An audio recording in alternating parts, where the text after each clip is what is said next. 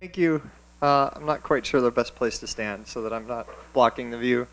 Can you all mostly see the slides? I'll just hide behind the pillar. Welcome. Thank you everybody for coming. My name is Alden Kroll. I work on the business team at Valve. I'll introduce my colleague Jose here. Do you want to introduce? I'll let him introduce himself, and then I'll get into the talk. Hi, I'm José Palacios. I am from, but I'm going to be in front of, I'm going to be where I told you you should be, which is here. There you go. Yeah. So I'm José Palacios. I work at Valve as well. I'm making a game, so Valve does make games. But, I am a game developer. I'm a game designer. I'm also work sometimes at BizDev with Alden and other people at Steam. I used to work on Kerbal Space Program. The whole team is now at Valve making cool things. Yep, that's basically it for me this day, because my throat is just destroyed. Alden is going to do it. But afterwards, I'm going to join him in the Q&A, and whatever you guys want to ask, should ask. As I said to the people in the table earlier today, do not sugarcoat your questions. Just, we're here for you. We're here because you matter to us. This is important. Anyway, Alden. Awesome. Thank you, Jose. I'm told I'll stand over here. Okay. So I've been at Valve for about 11 and a half years, and I spend most of my time working on Steam. My background is in graphic design and business, and so I spend my time working on the design of the Steam store and all of the back-end publishing tools. So what I do on a day-to-day basis is all of the things that you interact with when you bring your game to Steam, when you fill out the paperwork, and when you ship your game to customers, and when customers are trying to browse the store and find your awesome games.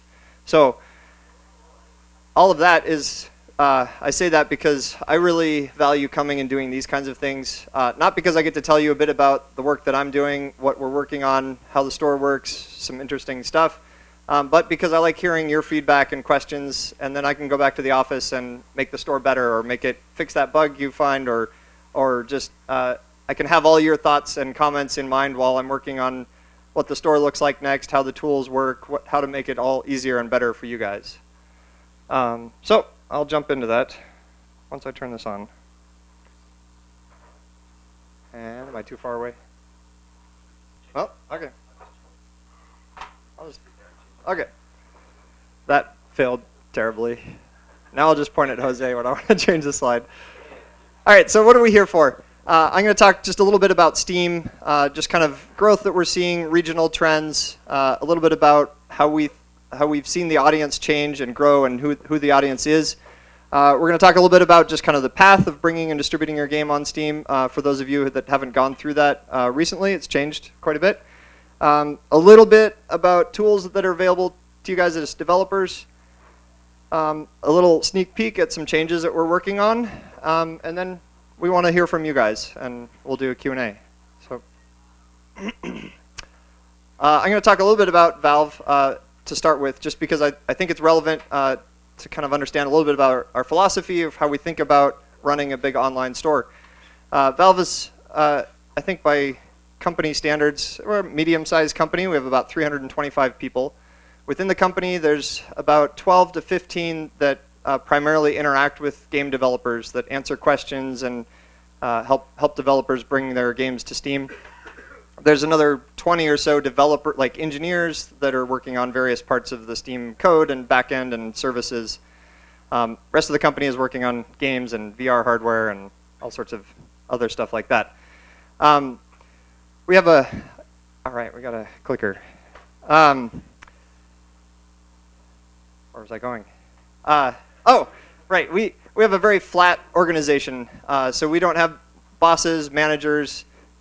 We all independently figure out for ourselves what do we think is the most valuable thing to work on. And I've been in Valve for 11 years, and I'm still working on Steam, so I personally think it's still the most valuable thing I could be spending my time working on. But all of that is to say, we're here because both Jose and I think that this is really valuable. There's nobody at the company that said, "Hey, Alden, go to South America." No, we're here because we know there's a lot more of you guys that we haven't had a chance to talk to. A lot of you we haven't met, and we want to come and solve that and talk to you guys and hear your questions. So I'll move on a little bit and talk about how that ties into how we think about Steam. For those of you, how many have a game already on Steam? About half. How many are working on bringing a game to Steam sometime in the future? All right. And who has never heard of Steam? All right. Good. We're covered.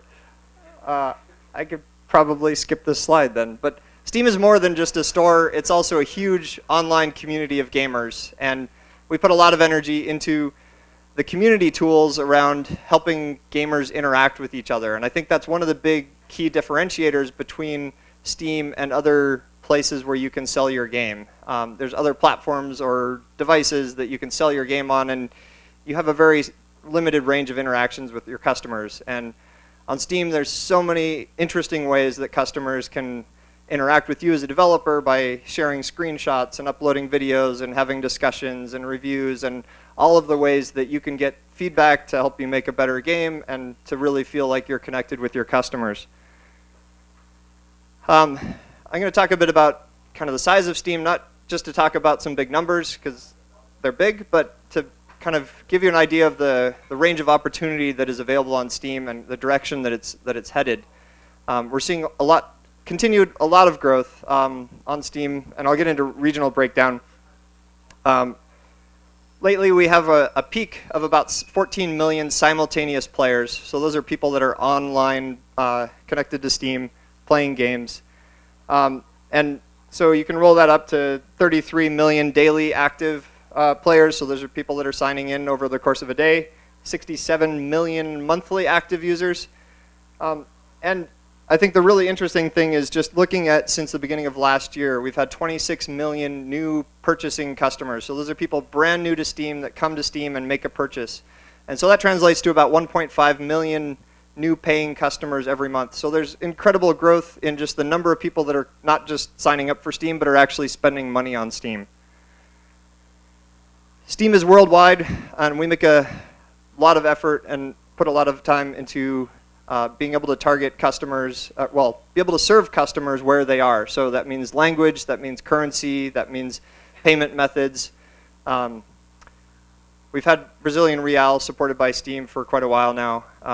We're about to roll out Argentinian pesos in a couple of months. So we keep doing these, keep adding new payment methods and currencies so that when customers see an awesome game on Steam, they actually have the right path to bring it and buy it. And it also helps, like developers can then price their games for what's reasonable in those particular regions, or for each region. The other important part of this is content servers. So we have a network, or we work with a network of content servers around the world to make sure that when you upload your game, that it is actually located on hardware around the world so that when a customer on the opposite side of the world says, I want to buy your game and download it, that it's really fast and it's quick. So we have thousands of these servers now. I don't actually know the exact number because we keep adding them all the time. The taste of customers on Steam is incredibly diverse, and I picked a random assortment of things here because I think they encompass a pretty broad range of styles and themes and scales. So there's games like Squad, which is a first-person shooter. There's tons of first-person shooters. I'll talk a little bit about how the store works later, but this is one of the games where it came through Greenlight, and it frankly to me looked like a lot of other first-person shooters. So we didn't really notice it, but as soon as it released, customers played, like they were jumping on it. It sold right to the top of the top sellers list. It was incredible. It was one of those things where we couldn't actually predict what customers were actually going to be interested in, and turns out that there was some really interesting parts of the game that customers really picked up on and recognized and was really exciting and resonant with them, and that we actually didn't notice internally. So that makes us more confident in that there's a lot of interesting content being created that even internally at Valve, we have a hard time predicting which of these things is actually going to be incredibly interesting to customers. Another example of that is Hatful Boyfriend that's kind of running off there. It's a pigeon dating simulator. It's It's not a game that I would have ever said would be interesting to anybody, but like this game has 95% positive review with 3,600 reviews. It's got, I actually have no idea how many customers, but an incredible amount of customers to have that many reviews. So it's also kind of a weird thing none of us internally could have predicted. And then the rest of the games here run kind of a gamut of small, lightweight games to really deep, philosophical, heavy, soul-crushing games like This War of Mine. So customers play a lot of different kinds of games. This is also a breakdown of where customers are spending money around the world. So this is year to date, so far 2017, money spent around the world. This graph has changed considerably even just over the last couple of years. So if we look at this graph 2 years ago, we would have had North America 40%, we would have had Europe 40%, and then the rest of the world, the tiny little slice that's left. And what we're seeing lately is a lot of growth in Asia, but we're also seeing steady growth in South America. We're seeing a lot of growth in Russian territories. So a lot of the world is opening up quite a bit. Asia in particular is pretty incredible. Japan, China, Korea, Taiwan, Vietnam. We're seeing incredible growth throughout that whole region. And one of the things that we're also working on that I don't have another slide to talk about in here is a lot of people especially in East Asian countries, like to play in cyber cafes. And so Steam is working on an updated version of our cyber cafe program so that customers cafes can buy games and have them ready for customers to play, and customers can jump into your game more easily. We'll talk about that in a little bit more detail at some point in the future, but I don't have that in my slides here. So the takeaway is, Steam represents an incredible opportunity to connect your game with a global customer base that's diverse and incredibly interesting and plays random weird games that I probably wouldn't. But that's. So I'll jump into a little bit about what it's like to bring your game to Steam and a little bit of tips along the way as well. To describe a little bit about how Steam works, we don't sell ad space. We don't pick winners or losers. We intentionally are trying to build a open, fair platform so that any game that is interesting and can find an audience that is interested in that game can do well and succeed. And obviously the level of success depends on, not every game is going to knock it out of the park. But we also want to have a platform where games can succeed even without having to hit it out of the park, so that you can make a game and be able to afford to keep making games and keep doing what you love. So along those lines, we also support a large variety of business models. You can have premium games. Those are still doing incredibly well on Steam. You can have free-to-play games. You can have games with a bunch of DLC. You can have other free games. There's some business models that we see try to come from mobile to PC that don't do well. PC customers have shown us that they are not at all interested in in-game ads. A couple of games have tried to do that, and I think nobody's probably going to do that again for a while. The other thing that we see, just thinking about business models, is if you have a mobile game, I know probably a lot of the mobile business models have been shifting a lot towards free-to-play. And when bringing those games to Steam, we've seen some of those developers have to change their business model a little bit for how PC customers like to consume that content. And so for free-to-play games that have in-game transactions, PC customers seem a lot more interested in in-game transactions where the thing that you're buying is not pay to progress and not pay to win. So it's more like cosmetics or things that you can improve your game without actually necessitating paying money just to play the game. And yeah, I spoke to this bullet point earlier. There's huge variety in the scope, the style, the mechanics in the games, just a huge amount of creativity. I'll go into a couple of examples just because I think they're kind of neat, and to talk a little bit about a couple of interesting games. Behold the Kickman. Right, this developer has made, this is his 7th game, I believe. And not all of his games knock it out of the park, but they're able to return on his investment and of his time and money, and he's able to keep making games. And I don't I don't know that he would necessarily hold himself out as like a knockout success, but he gets to keep doing what he loves because he cranks out these interesting games like this that's not really soccer, but kind of. But he's been able to identify and reach like a niche audience with a really interesting kind of game, and it's done well enough that he can then afford to make his next game.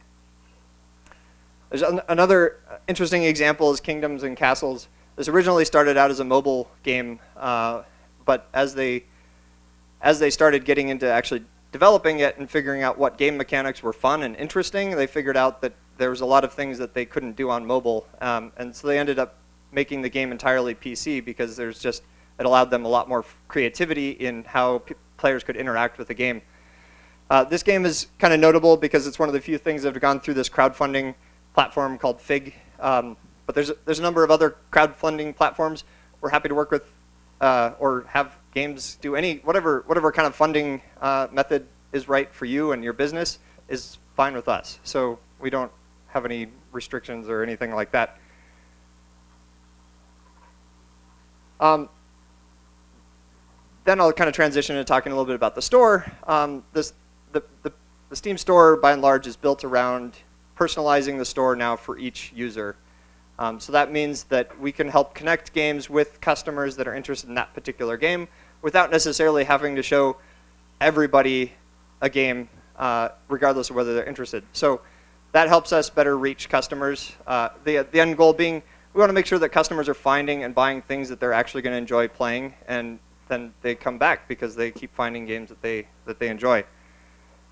This is a section of one of the other guys on our team, Tom. This is part of one of his pages that just shows kind of a nice variety of games, but it's dependent on the games that he's been playing lately. So he gets to see things that are similar to what he's been playing. So how do you bring your game to Steam? You might have heard stories in the past about it being kind of convoluted and complicated and unpredictable. That has all changed. As of June 13th, we've released a new system called Steam Direct, which gives developers a direct, predictable path to bring your game to Steam. It works like this. You come to Steam, you fill out some digital paperwork. You tell us about either who you are or who your company is, if you have a company. You pay a $100 fee that you'll recoup from sales. You go through, you tell us your bank account, your tax information. We do a little bit of verification to make sure that we know who we're doing business with. And then you can put your game up. There's a little bit of a process in there, but it's super minimal. There's a couple of points where a human being will look at your store page, a human being will install your game and run it, mostly to make sure that it is configured correctly and is going to run when customers go to play it. And also make sure you're not trying to upload viruses to our servers. Not that any of you would do that, but other people might. So we have some safeguards in there too. But it's intentionally not an onerous certification process like you might have on some other platforms. The idea is we don't want to be in the way. We want to make it as lightweight as possible. There's a few things that we do as part of that process just to make sure that your game is actually going to be a good, positive experience for customers when it launches. But it's not a big, lengthy, onerous certification process. And so once you've gone through those processes, you can release whenever you want. I highly recommend the sooner you can, you should go through this process, and you should put up a coming soon page that tells customers about what you're working on. That allows people to add it to their wish list. Then when you release your game, they all get an email that says, hey, that game you said you were interested in, it's out now. That's a really powerful tool. It also gives you a place then to point customers when you're doing different marketing efforts or talking to customers. You could say, hey, go add it to your wish list. It's up here on the Steam store. So that's a really powerful tool. I encourage you to do that as soon as you have gameplay you can show in a trailer, some screenshots that you can put up. Definitely think about that as you're working towards release of your next game. I think this slide is a little bit out of order. But anyways, localization is important while you're thinking about bringing your game to Steam. English is obviously super important. The numbers that I have here are really looking at language growth in particular countries where these are the primary languages. So English is really important. If you're not already translating your game to English, you probably should, just because there's so many people around the world who speak English. But then really interesting looking at the other categories. It's really the focus on non-Latin characters that's really important for reaching beyond the typical set of customers. As I was explaining earlier, there's huge growth in Asia, and we see that Korean language in particular is one of the most important to translate into if you want to be able to reach customers in those countries. A lot of the East Asian countries in particular, they can't even understand our character set. So they, like, I don't really know French, but I can kind of muddle through and I can understand some of the characters. And but for East Asian country customers trying to read Latin characters, a lot of times they're just totally lost. So it is important to take this into consideration. So this is growth. We looked at a set of games that had added different translations after the release of their game. And so then we can kind of measure what the growth in the regions that support those or where there's primarily those customers. So the growth in sales in those countries after those games added localization. So this gives you kind of an idea of some important areas to focus on.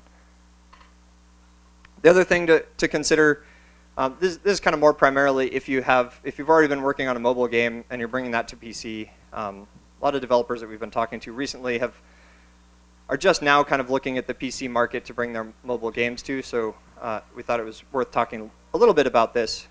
Resolution is obviously really important. Television screen or computer monitors are much bigger, and people are sitting a little bit farther away from them than they would their mobile phone. So taking resolution into account and making it feel like a native experience to PC customers is really important. We see mobile games that come to PC and where it looks like a vertically held phone centered in your screen. Customers don't respond well to that. They feel like it was an afterthought and that the developer doesn't really care about them as a gamer. So resolution is really important to think about how to adapt your game for the different resolution. Input obviously is really different with PC. You have keyboard and mouse or controller, so just keeping in mind how the user interacts with your game. And I already talked about business model, so I won't go into that again. User-generated content is also another big thing that Steam has that a lot of other platforms don't really support or don't have great support for. And when I say user-generated content, I actually mean the whole broad variety of things. So not just mods, like modifications for your game, which you may or may not support. That's fine. But like screenshots and videos and fan art. Customers will do all kinds of interesting, crazy things with your art. Well, they'll make their own fan art because they're so passionate and interested in your game. And Steam is a really great place, and we've built a lot of tools around being able to share that kind of artwork so your fans can share that with each other and share it with their friends, and that also helps kind of the viral spread of your game among users on Steam. So just some general tips, regardless of where you're coming from and what you're working on. The biggest thing really is, it seems stupid. I'm going to start with just make a plan. We hear from, I think, too many developers that think that, well, putting my game on Steam is a plan. And it's not really a plan. That's part of a plan. You also need to think about how are you going to reach the customers where they are. Because Steam is great, has a lot of customers, it's big, but there's so many more places out on the internet where customers are, and they don't all come and sign into Steam every day. So really figuring out where your fans, potential fans of your game are, where are the people that play your kind of game, where do they hang out, how can you interact with those communities in a way that doesn't involve spamming them or breaking the rules of those communities. But how do you reach out, interact with those communities, make sure that they know that your game is coming, so the first time they hear about it is not the day it launches on Steam and shows up in front of them. It's really rare that a customer buys a game the very first time they hear about it, so really building up your brand awareness for your game is really important. I talked a bit about already putting up your coming soon page. I encourage you to do that early as possible as part of your plan. Also, another really good point I think worth spending a little bit of time on is just how to think about your trailer for your game. It can be tempting to, if you have a really cool logo, and your company logo, and you want to put that at the front because you want people to know who made the game. I'll tell you, most people don't care about that. It's great to build your personal brand as a company, but most people are only willing to sit through a few seconds of a trailer if it doesn't get right to the point. So it's really important that when you're putting together your trailer for your game, you get as quickly as possible to the point. What is the interesting, unique thing about your game that's going to make people want to pick it up and keep playing it and tell their friends about it? So I encourage you to put your logos at the end of the game. That's fine. Make it interesting. If they've sat through the whole thing, they're really interested in your game. Those are probably the people that are going to be your best advocates anyways. So then they'll really appreciate your logo at the end, especially if you make it memorable or whatever. But definitely make sure you get to the action as quick as you can in your trailer. And that's also true for when you're putting together screenshots and your branding artwork. Make sure it's clear, legible, has your logo that people can read. I've seen a lot of fancy logos that are really cool looking, but it's almost impossible to decipher what the name of the product actually is. So that's actually not helping that developer sell that game. And then the other part, which is not really about marketing, but is more about kind of play testing and getting feedback, is make sure you have a way of getting your game in front of people that aren't afraid to hurt your feelings, people that will give you honest, hard feedback. If you show your game to your mom, she's probably going to say, "This is awesome," right? She doesn't want to hurt your feelings. She's going to say, "Yes, it's great. You should ship it." Make sure you get it in front of somebody that's going to be brutally honest and give you the feedback that you need to hear. So all these things, they maybe seem obvious and straightforward, but I think they're worth talking about because I do see a number of developers that continue to make these mistakes. So I just want to make sure that it's on everybody's radar. And aside from that, it's super easy, straightforward to bring your game to Steam. We've been trying to streamline that process as much as possible. Also, I encourage, if you have trouble signing up, make sure you reach out to us and contact us. After this, we're going to mingle around and get a chance to talk to you, so I'm happy to give you my business card and email address. We have contact forms. If you have questions or need help, please don't be afraid to ask for help. The tools are not perfect, so we need to know when they break.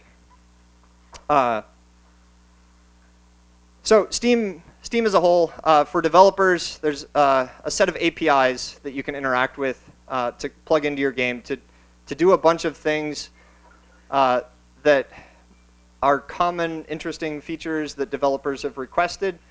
And we build those so that you can focus on making the unique, interesting parts of your game, and you don't have to reinvent the wheel for things like controller support or achievements or leaderboards. I'll show a list on the next slide, I think, but there's way too many features to actually go into detail on in a reasonable amount of time. As part of signing up and distributing your game on Steam, we give you Steam keys that you can use to sell your game in other places or to give out to beta testers or to give out to press. They're free, but they do have a lot of value. So I encourage you, when you request them, keep track of them. Make sure you know who you're sending them to. They have a lot of value, and all too frequently we see that they're not cared for in as close of a way as people would like, and they end up being resold at cheaper prices, and then you're competing against yourself. And so anyways, I just caution, we have a bunch of documentation that has some kind of best practices around that as well. I think a thing to think about in general, we've done a lot of work recently to update all of our documentation. I think there's even a slide on that. But there's a lot of best practices and tips as part of that documentation. So I encourage you to go in and start, read through that stuff and really get a sense of, it can help guide you down the right path for some things that you may not have thought about in the past. Steam also makes it really easy to update your game whenever you want to, whenever you need to. And we think that's really important. Steam started as an updater for Counter-Strike, and it was a way that, previous to that, we had no way of making sure that customers were running the same version of Counter-Strike and would actually be able to connect with each other and play in multiplayer sessions. So we've been working on the update system ever since, and because we think it's really important that you be able to deploy patches and updates and fix things as quickly and as flexibly as you can, because invariably you're going to launch and you'll have some kind of bug that affects some amount of customers, and you want to be able to deploy a patch as quickly as you can. So it's super easy, and you should update as often as is reasonable for your game and your plan. I think I've already talked about the other points in here. Involve your customers in the creation of your game, I guess it's worth talking a little bit about. I talked about user-generated content, things like screenshots and artwork, but also I think involving customers in the creation of your game. You can think about that even in the process before you release, like having discussions in your forums and posting announcements about things that you're working on, ideas that you're thinking about. Maybe use that as a way to kind of test some ideas early with your audience. But also thinking about ways, if your game is something that's easy to have mods available for, like easy for customers to modify and change and update and make it their own.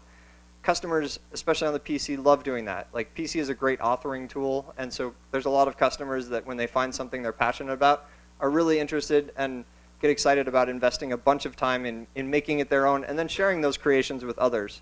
So we see games that support modding, which you can also do easily through one of our APIs.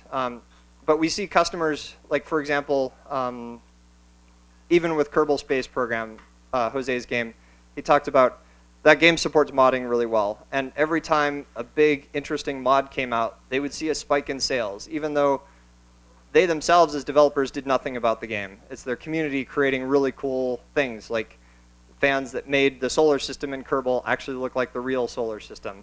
And that gave everybody a reason to talk about the game again. Another thing that fans of Kerbal did is they translated the game into Russian. And that was incredible. And that made it accessible and available to a whole group of customers that may not have been able to understand the game before. So supporting ways that your community can help make your game better is really valuable for you and for other customers. This is kind of this is a sub-list of the various features and APIs that Steam offers. There's a bunch of interesting things here that they're all covered well in our documentation, and it would take me hours to talk in detail on all of them, but I just kind of wanted to give you a sense of what there is. I also want to talk a little bit about early access because it is a common model and a good format for involving your customers early in the creation process. Early access really, so you can use early access or you cannot. It's entirely up to you, regardless of how you bring your game to Steam, whether you come through Steam Direct or through a publisher or whatever. It's really a framework of messaging that helps customers understand that your game is a work in progress.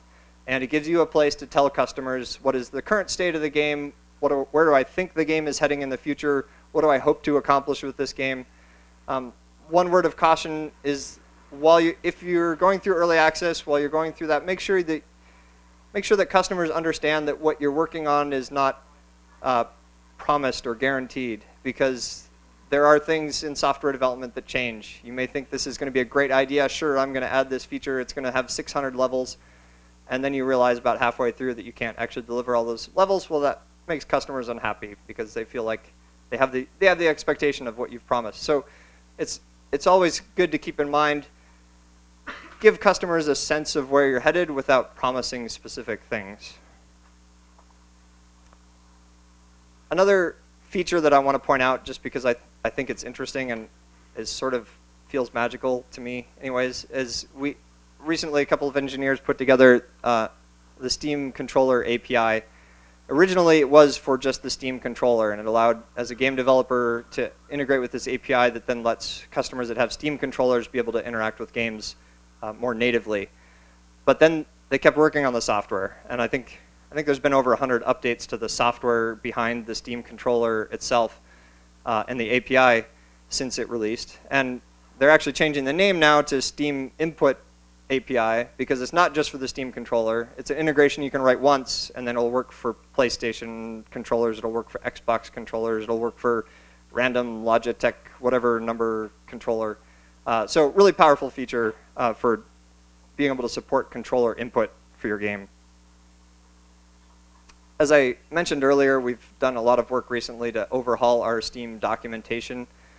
We think this is really important as we have more and more developers that we don't get the chance to come and talk one-on-one with, and that we can't possibly answer everybody's question about specific nuances of APIs. So we've been trying to put more and more of that into the documentation so that we're not in the way of you being able to integrate APIs or things with your game, that we're not like the secret handshake that gives you the right best advice. We're we're trying to distill as much of the best advice as we can into documentation so that you can all have access to that.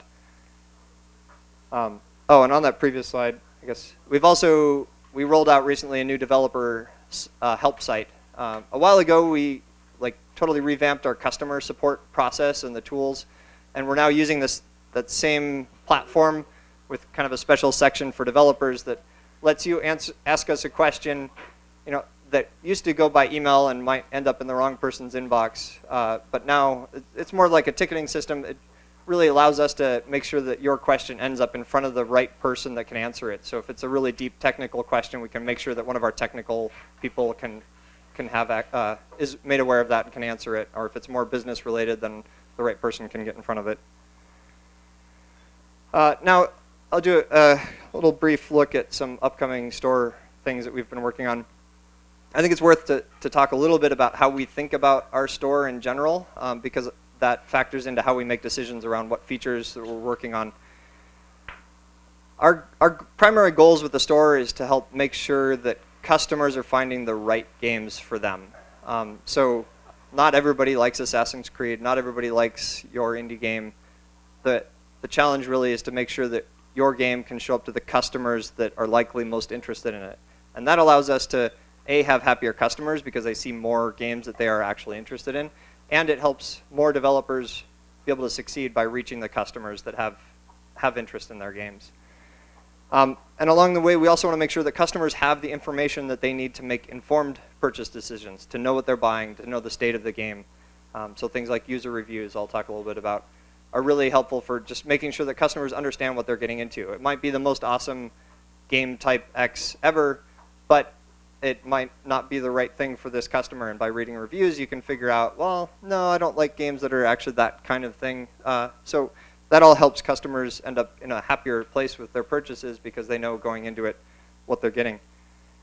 And then we also, a primary goal of ours is to make sure that customers can stay connected with games over the life of the game. So we do like to talk a lot about games as a service, games that are updating and growing and adding new content and giving reasons for customers to come back and interact with those games again in the future. And so we keep building and improving our tools to make sure that customers know when new content is coming out for the games that they enjoy playing or games that are having awesome events happening in them. So I'll walk through those in a little bit more detail in a second. So the approach to kind of addressing these things is to, A, personalize the store. And so we're doing that by kind of a automatic recommender engine behind the scenes, as well as involving some people, like human beings, tastemakers, influencers in the store in a bigger way. And then we're gonna keep iterating on the existing features and adding new features over time as they come up. The store is always in flux because it's never going to be a finished thing. Like there's always better ways of reaching customers and better ways of serving customers, and we're going to keep doing that. So one of the things we are working on revamping and replacing our existing algorithms for making automatic recommendations. But automatic recommendations can really only go so far because games are really nuanced and there's a lot of detail to them, and algorithms can only know so much about what is really interesting about games and who the right audience for them is. But there's a lot of human beings out in the world and on the internet that actually do know a great deal about games, and they have fans that follow them for particular reasons because they talk about particular kinds of games, or they're just really good at finding those awesome games and talking about them and reviewing them. So we're putting a lot of effort into improving our Steam Curator feature, which allows those influencers and tastemakers and community leaders to set up a place in Steam where they can talk about their games. When they post videos to their games, then, or video reviews of their games, those things will then get surfaced in Steam to customers and make it a lot easier to understand what's interesting about this game. What does Total Biscuit have to say about this game? Or what does your favorite internet personality have to say about this game? We find that this kind of approach can help better serve really niche communities, or at least smaller, narrower communities. So there's great curators that do things like just construction games or just old school RPG games. And so by having humans involved in the Steam Curator program, we can help customers connect with those smaller niches. Along the way, Steam Curators will also be able to, I mentioned videos before, but we're also going to try to include live broadcasts. So when your favorite person is broadcasting, they're playing a game right now, helping you as a customer made aware of that. And as a developer, then that is another way that your game can get shown to customers that are interested in. These curators will also be able to put together kind of top 10 lists, or however they want to do it. We're calling it lists. It's really flexible. They'll be able to put together interesting combinations of things like, here's the right order you should play RPGs in order to understand the progression of RPGs over time. Or here's a collection of my favorite 6 games from this one developer. Or here's the best of this kind of genre, or whatever. Or maybe you set up a curator as, here's Brazil, and here's all the games published by Brazil, and here's maybe lists under that curator that are, here's the games from this particular city in Brazil, or this town, or by genre, however. There's going to be all kinds of interesting ways that people and communities use these, and we're pretty excited to see how that starts to take shape. So there's the other side of that. I think I talked a bit about it, but like what it's going to look like to customers. But the other side of that is for developers. There's kind of a problem that we've seen happen more and more lately, which is, hey, you're a developer, you just released your game. Suddenly, 1 million famous internet people come out of the woodwork and ask for a key to your game. Or more often, they usually ask for 4 or 5 or 10 or some ridiculous number. And you have really no way of verifying, are they who they say they are? Should I send them a copy of my game? Are they just going to resell it somewhere else? That's really hard. So we want to solve that. We want to give a way within Steam for these internet famous people to be able to set up as a Steam curator, be able to authenticate with their Facebook channel, with their YouTube channel, their Twitter channel, so that as a developer you can go in and you can say, show me the curators that like to show off RPG games, and they speak Portuguese, and they have and then you can see, oh, here's the guys that actually have 100,000 YouTube followers, or they have 6 million YouTube followers, or whatever. So you can actually see that they've done that authentication. They are who they say they are, and then you can send them a copy of your game directly through Steam. So there's no keys floating out in the world to get resold. It's directly through there. On their end, as a curator, they get to see, here's the list of games that are available to me as a curator, because I am a curator and I've done this authentication and I am who I say I am. They can sort and filter that and decide which ones to accept and play and review. So we're gonna integrate all of that into Steam, so that'll make it easier for you as a developer to really connect with the people that can help spread your game to the parts of the community that are interested in that kind of game. The other thing that we're going to keep working on is Steam reviews, and this is another thing. It's another kind of feature that affects a lot of people in a lot of different ways, and any changes that we make to it often end up being sensitive or they're touchy. So these are always things that we're noodling on and working on and trying to make better. A couple of things that we're working on lately is just making it easier for people to write reviews so that there's more reviews in the system. Things like maybe reminding people in a consistent way to come and write reviews if they've been playing a game a lot, or if they left a negative review and then they keep playing the game a lot, reminding them to come back. The other thing that we're working on is making sure that the most helpful reviews get surfaced to the top. And I know right now it can be frequent that just the funniest, silly thing gets surfaced to the top. And so we're trying to work on some different ways of addressing that and make sure that the most helpful information in reviews is actually getting bubbled up to the top and shown to customers first. The other thing that I mentioned earlier about living games as a service, is a lot of games now offer interesting things like events or moments in time that are really interesting to tell customers about and involve customers in. And on Steam, so far, we haven't had a really great way to handle that. We've had an event system in Steam that's been around for quite a while, but it's kind of buried, and I think very few people actually use it. So we plan to overhaul that event system so that when you are doing something in your game, like you're running a tournament, or you're having a free weekend, or you're just having a come play with the developers, or you're announcing a big update on a particular date, that you can put that into the Steam system. Customers can find that on a calendar. They can say, I'm interested, let me know when this thing is happening, or remind me the day before, so that customers can be there when you're having interesting moments in your game. So I think that's really important for a lot of different kinds of games, whether you have updates or more like live events like tournaments. So I think the big takeaway is that there's a number of big updates coming, and then there's even more after that, and more after that. This is something we're going to keep working on, and part of why we're here is because we want to hear your feedback on these updates and what else we should be thinking about and working on to make it better for you. I'm going to end with a couple links to resources. In particular, link to Steam Direct, but you can also just Google Steam Direct and probably get there easier than trying to remember that crazy URL. We also have Steam documentation.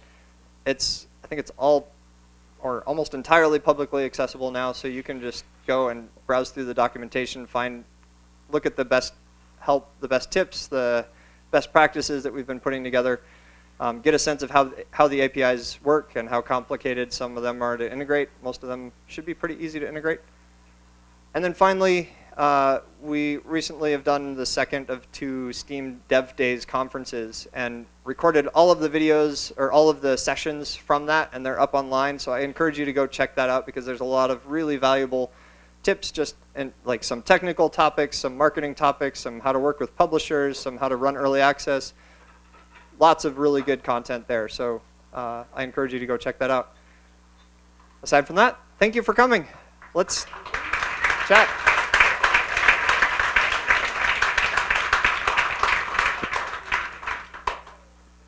I'm going to have Jose come up here now. Yeah, come dance. I'm a terrible dancer. You don't want to see me dance. All right. So we wanted to have a little bit of time for anybody that has questions that apply to that might be interesting or relevant to the whole group. If you have more questions that are more specific to your individual game or your individual situation, we're happy to come chat with you. We're going to be around mingling and chatting individually for the evening. So if anybody has broad questions that are interesting to the whole group, please ask. Can I? Sure. Yeah. My question is about trading. During Steam Dev Days 1, there was a talk for the Team Fortress 2 marketplace, and one of the things that they said was make everything tradable, and I love that. My game is a free-to-play game, heavily based on customization, weapons, and all this stuff. And we're exploring the idea of implementing trade in the game using Steam system. The problem is that we've talked to the transfer mice guys, and they've done trading, but they said that Valve doesn't like help you in a way of if you have something that might be exploitable by other users, you guys might pull our game off Steam. That happened to them. And I really want to know what we can do to not have that happen to us, and what you guys can do to help us.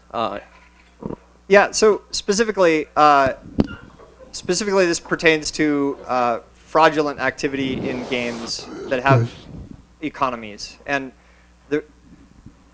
there's a risk in any game where value can be purchased by one user and immediately transferred to another user, or transferred to another user in some way.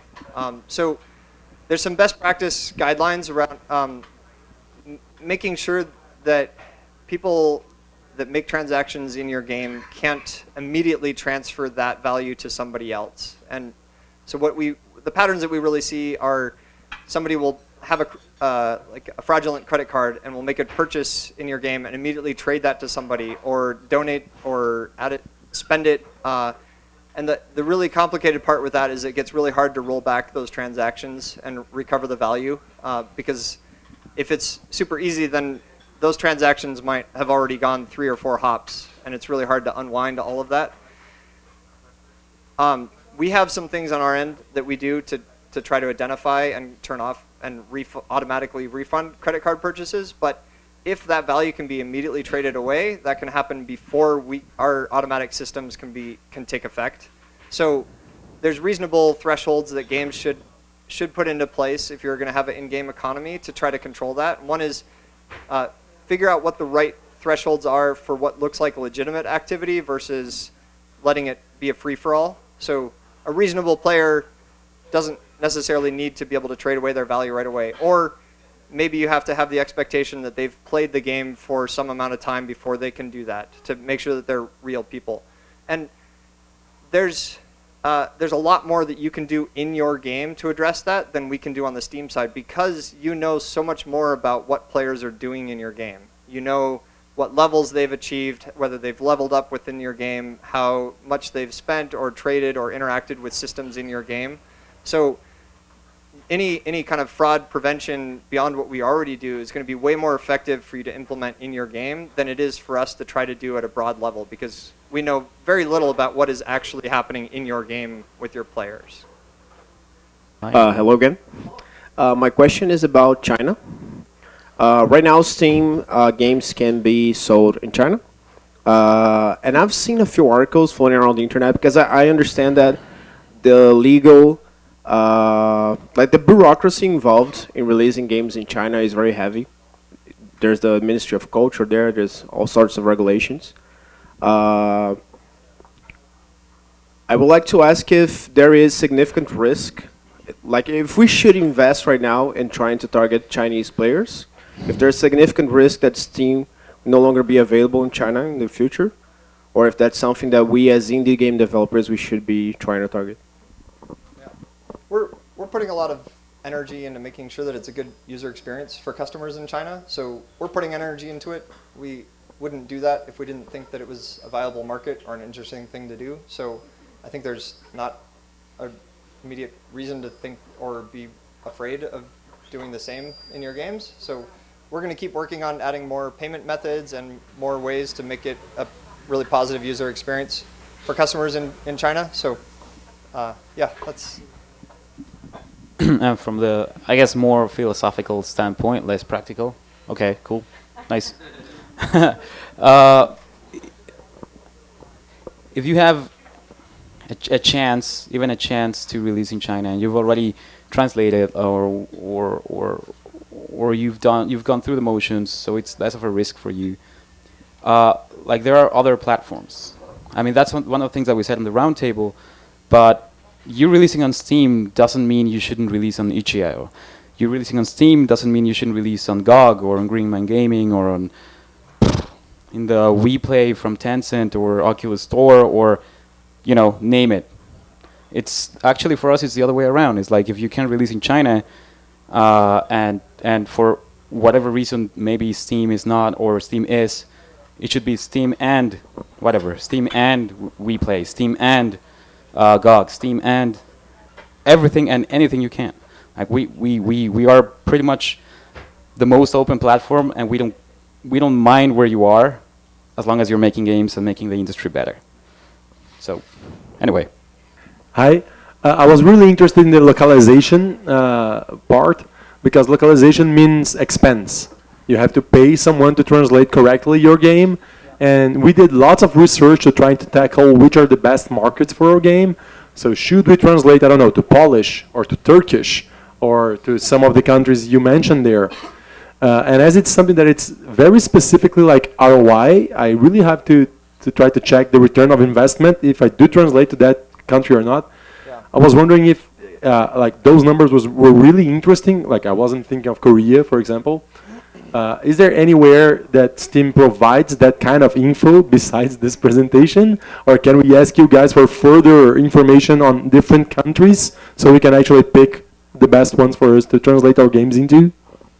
So that in particular is really high on our list of things that we know internally we should do more analysis on and share with the whole development community to have better data on what are the kinds of games that do better in particular countries to help you make decisions as to what languages then are relevant for your game.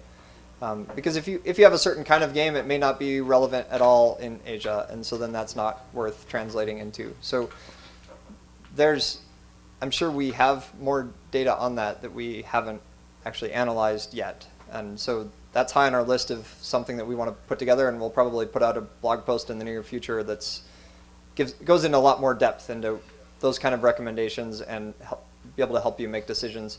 And that probably also includes maybe a tool to make it easy as a developer, or maybe even as customers too, to see what are the top selling games in other countries so that you can get a sense of what is selling well in Russia and what is selling well in Korea, and is my game like one of those things? Should I even try to localize? So we don't have a ton more that I could share with you now, but there is more that we're working on. You guys have a game recommendation too, and sooner you guys gonna have a country recommendation too. Something like your game it's A, so this game features well in country A, B, C. This it's maybe it's the same concept. Yeah. So you're asking about promoting developers' games into particular countries. There are some regional trends in that way, but we also don't want to over-index on where somebody lives as a proxy for what they might be interested in, because it's not true. Like, there's a bunch of people in Japan that don't like visual novels, so I can't recommend all visual novels to people in Japan, for example. So we'd prefer to go about it solving it on an individual level as much as we can. There are things like top sellers list where we make it regionalized for regions that have enough traffic for that to make sense.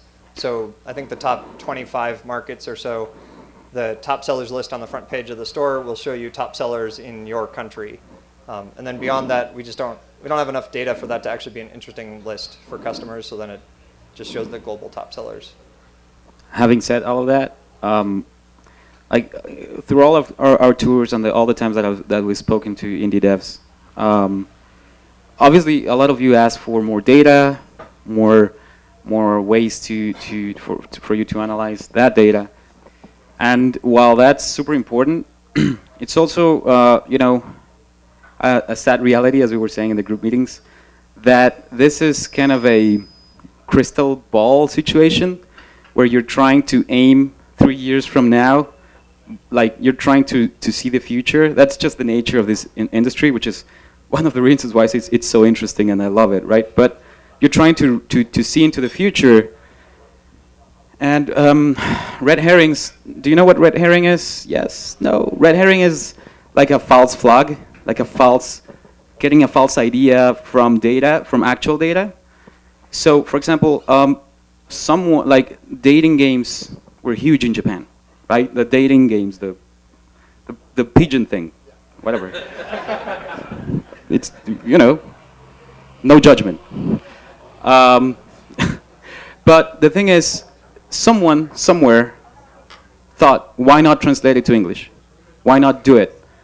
Oh, but maybe the Americans are too conservative. Maybe Westerners are not going to want to date pigeons. Clearly, we do. There's something inside of us that wants to date a pigeon. But that's kind of like avoiding a red herring. It's a really tricky situation because, as you said, like you're right. It's an investment, and how do you invest? At the end of the day, like almost all of the questions that you ask, almost all of the things that you ask, it's not applicable for every scenario, right? Each case is unique, which is why it's beautiful, but also each case has, its own context, its own timing, its own whatever. So, Hello, I'm Fernando from Webcore Games. Can you guys tell us your opinion about VR market and also the Steam plans to VR? Yeah. It's weird. Well, the user basically the attachment rate to VR is insanely high. That's due to various obvious data, which is like. So that means people that own a VR headset buy more than the average number of games. Yeah, and this is because the people who have a VR headset, whether it be Oculus, whether it be HTC Vive or the Razer or whatever, which all of them work with Steam VR. Yes, they all do. They already have the money to invest in it, and you already need a pretty beefy computer to use it. So it's kind of obvious that the VR community, which is growing more than steadily, has the capital and the money and the willingness to keep buying VR things, because due to the nature of VR right now, it's heavy, it's cumbersome. In the case of the HTC Vive, which is the technology is amazing, but you have to set up the room, you have to have space. So once you have invested so much time, you have invested so much money, you have invested just, you know, sometimes the frustration of VR, you really want to show it off, right? Like I have a VR at home. I'm going to be very careful of what I say next. And when I bring people to my apartment, they seem to have a lot of fun, right? And it's this huge thing that I'm really proud to show off. And even to people who are like, oh, games, and not even that. It's like, okay, I play games on my whatever, Xbox or Nintendo or whatever, but like a VR, like that seems too dorky, too geeky. It's like, I just say, just try it, it's fine. It's not a game, it's a painting, it's a whatever, it's an artist thing, it's a designer thing, it's an experience. You don't even have to interact with the world, you just have to see the whale passing by. And one of the things that I love the most about working at Valve is the fact that I can actually pitch into VR projects and stuff like that. And it's when I see people who haven't tried VR try it, it just convinces me of the whole thing. It's like it just convinces me again and again and again and again. But it's true, like it is early days, but you know, people are pretty excited about it. The attachment rate is pretty huge. Like when Star Trek, not StarCraft, Star Trek, Bridge Crew came out, what, 2-3 months ago, it hit the top list, the world top list. So that, you know, means it's sold pretty decently, right? And it stayed there for a bit. It's a VR only game. Yep, it's a VR only game. Multiplayer VR only game. That's insane. Like if you would have heard that a year ago, 2 years ago, that's like multiplayer VR only. Like no. But it stayed there. It stayed there, and it's pretty cool. So you know, I don't know. That's my opinion. It's like it's clearly growing. People clearly like it. It still has a way to go, but even just with early adopters, if you make a interesting game, they are hungry for content. Hungry, just insanely hungry. Yeah, and the market as a whole is growing, but it's also a long game. Like it's hardware at the moment, it's expensive, it's clunky. We can't. I mean, it's probably not. I don't even know. Can you buy them here? It's really expensive, right? But yeah. One, you know, here, HTC, 8,000 reais at American. Like $2.5K. Wow. $8,000. Oh man. Even more than that. Yeah. So it's got a long ways to go still to, you know, reach mass consumer level in terms of price and ease of use. But even as the market exists now, there's just a ton of passionate customers that are getting into it and enjoying a bunch of content. On the Steam side, we keep working on making the experience better, like we do with everything Steam. I think just recently we rolled out an update to make kind of your home space, at least in the Vive, a lot more customizable and a space that you can invite your friends into, and you can show off your trophies and you can show off cool things in there. And so I think that team plans to keep working on that and doing some interesting things in that space. And while hardware keeps getting better and more companies get into the business of making VR gear, that'll bring price down. And so we're going to keep investing in it in a big way. I'm Pedro. I'm from VR Monkey. We are a VR only studio, so we really do understand what you guys were talking. We are all really passionate about it. And we released a game on Steam. But the matter is that we saw that as for releasing VR games, we need to go to green light or to pay anything. So we saw a lot of not too good experiences, let's say like that. And our game just got lost in the middle of so many games. And this is a question about how can we make our game to appear more, because we have very few downloads. Like Oculus Store in the other platforms have much better conversion rates from downloads, and that's my question. Thank you. Another question is, how you guys are gonna handle with the standalone devices that are gonna be launching this year? Is this devices? Standalone. Yeah, standalone, like Daydream 2 or this kind of guys made by HC. Oh. I don't think either of us know exactly how we're handling that. Okay. Standalone headsets without a computer? Yes. With actual, like, 120 hertz on each eye? Yes. Where is this magic happening? I can talk about that after. Yeah. Not public, sorry. Yeah. That's new for me. Yeah. Yeah, I think I talked a little bit about how our store works and how we try to make it personalized for each user. The goal being matching up interesting content with the right customers. There are definitely cases where it's still not doing the best thing possible. So I am sorry if it's not actually matching your game up with the right customers for that. I think the reality is there's a bunch of interesting content being created, and also in VR in particular, it's early days, so we have for a while been a lot more open to, well, even before Steam Direct, we're accepting a lot of projects because it's early days and it's really hard to predict like what is actually going to be the interesting thing in VR. So there's been quite a few projects along the way. Yep. Yeah.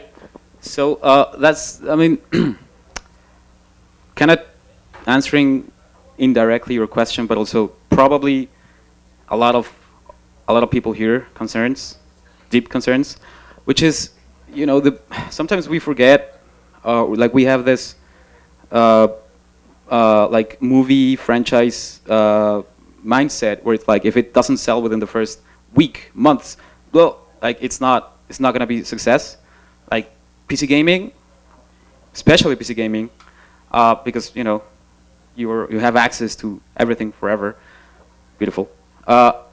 It has such a long tail, so the beauty of it is like, okay, so you can go back to what you did and kind of try to learn, not necessarily from your mistakes, but rather from the lack of maybe actions or lack of opportunities that you take, and it's fine.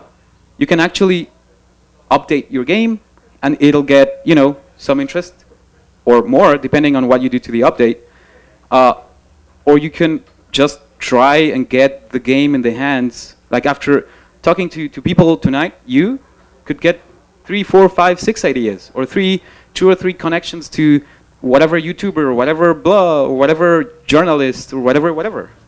And you can, even if your game has been out for a year, or 2 years, or 3 years, you get this idea, and you get this plan. It's fine, sure. Yeah, thanks for that. And you get this new push of shut up of marketing or of a new strategy, and you don't have to build a whole new game, right? You can make it sell long after the fact. So, for example, Kerbal didn't really sell that much at the beginning, right? It was building upon little stacks of interest, little by little, over 5 years, over 5 years, over 5 years. Yeah. Well, you know, we ate tuna, but you know,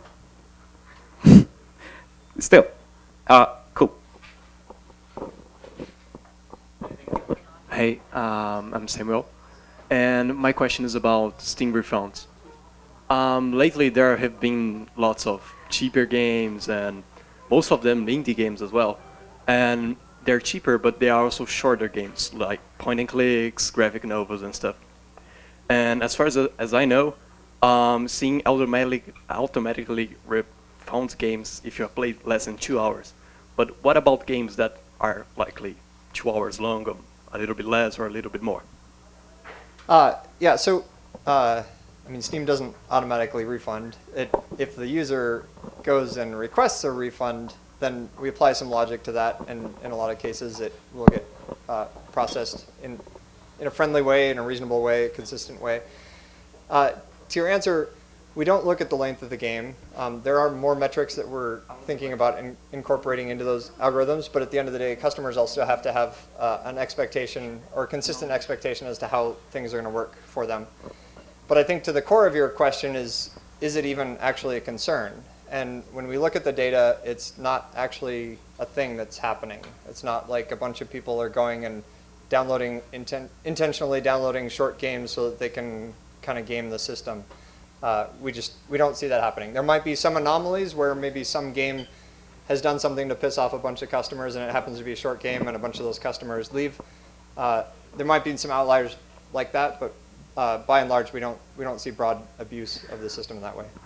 The easy game design answer to that is make it longer than 2 hours. I mean, if you're making your game 2 hours and it's it evokes in the player the need to refund it, rather than the need to, hey, oh my God, 2 hours, I want 3, please make another one or do an update. You know, the answer is kind of self-evident.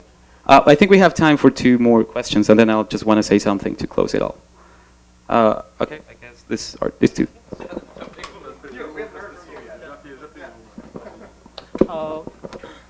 How to know how much shall cost my game?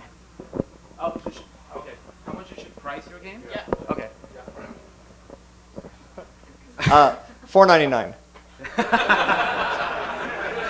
Always make it .99 because it makes the consumer feel better. No, that is a huge question. I am not the right one to say how much you should price your game or anyone's games in here, and neither is Alden, and neither is probably the guy behind you. There's a couple of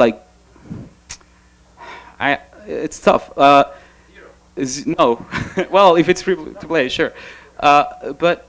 So you have to kind of find a balance between how much you value your work with how much you want to not create a barrier for the player to come and try your game so it's so many variables, with the fact that you were probably gonna go in a sale later on. So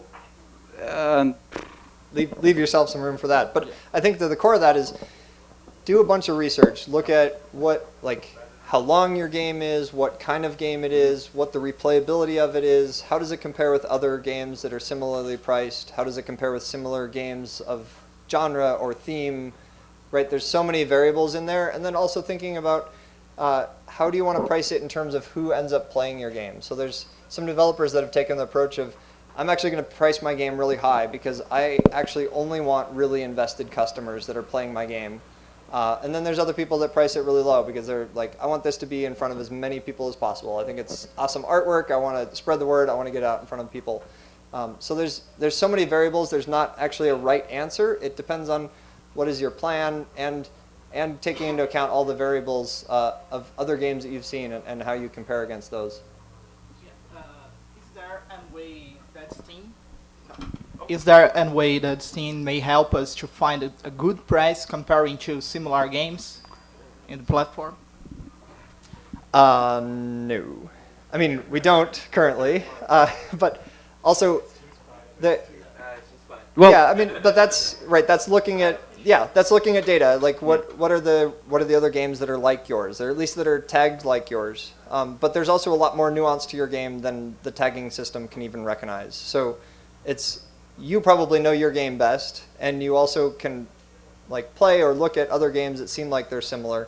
So there's a bunch of nuance in there that's going to be hard for some algorithm to actually automatically determine. And there's so many variables too. Even if we found 2 thematically similar games that seemed like they're the same length, if one of them has some funny character that's some unique artwork, and that is the thing that people really respond to and are more interested in buying at larger volumes than another game, that's really hard for an algorithm to actually inspect and understand.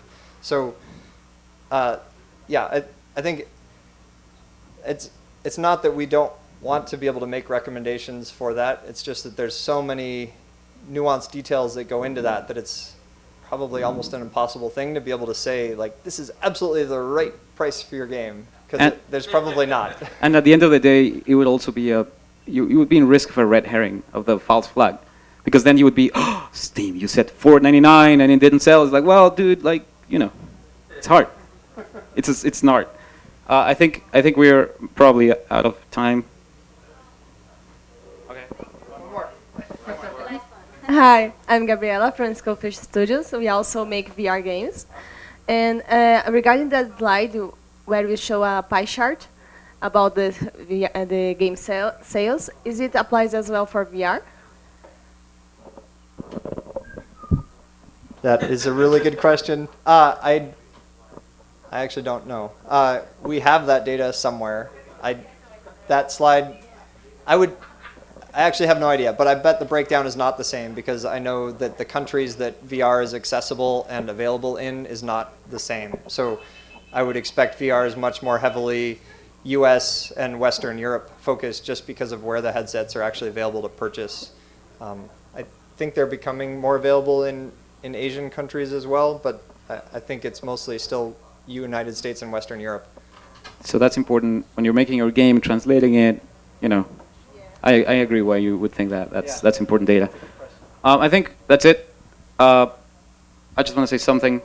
This is one of the things that I've said every time I talk to indie developers. You know, as a former indie who got really, really, really lucky, I just want you to know that I really appreciate what you're doing, but not just like, oh, I actually think you're all goddamn heroes.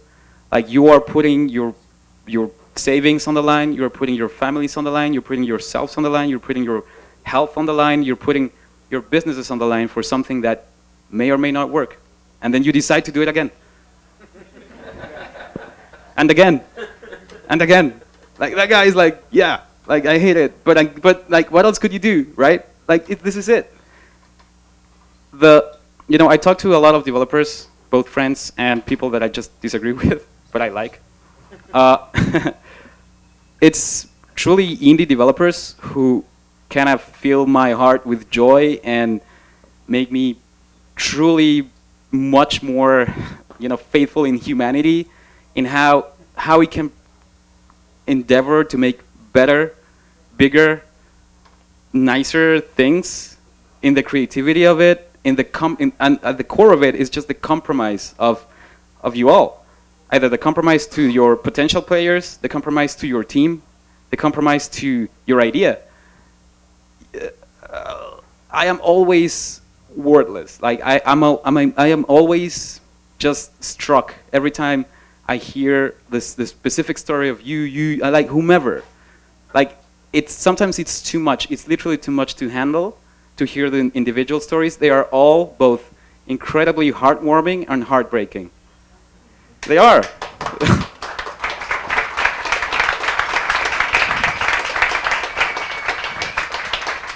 And, well, you know it. You totally understand. And I just want you to know that this is not just a talk.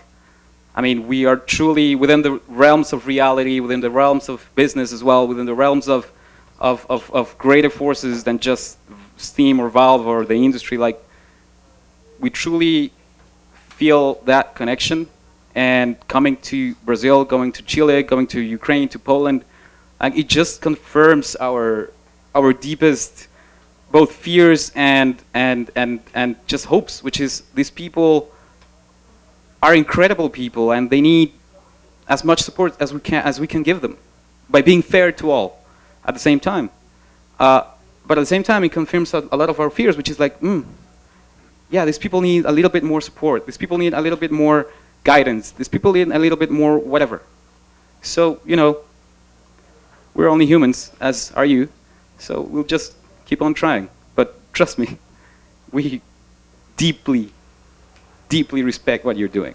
Because if it, like, you will always be the core of the industry. You will always be that. And that's it.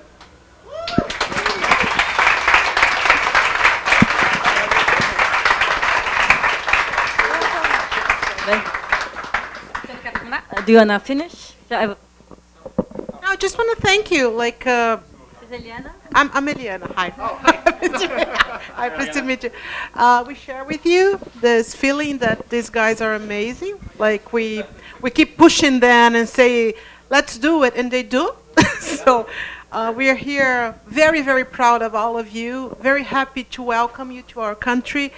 We are hearts open, our doors open. Feel free to come by, and these guys are amazing. So have fun. Yeah. I just hope you could stay longer and party with them tonight. Well, thank you. Thank you. Next time? Okay. Thank you.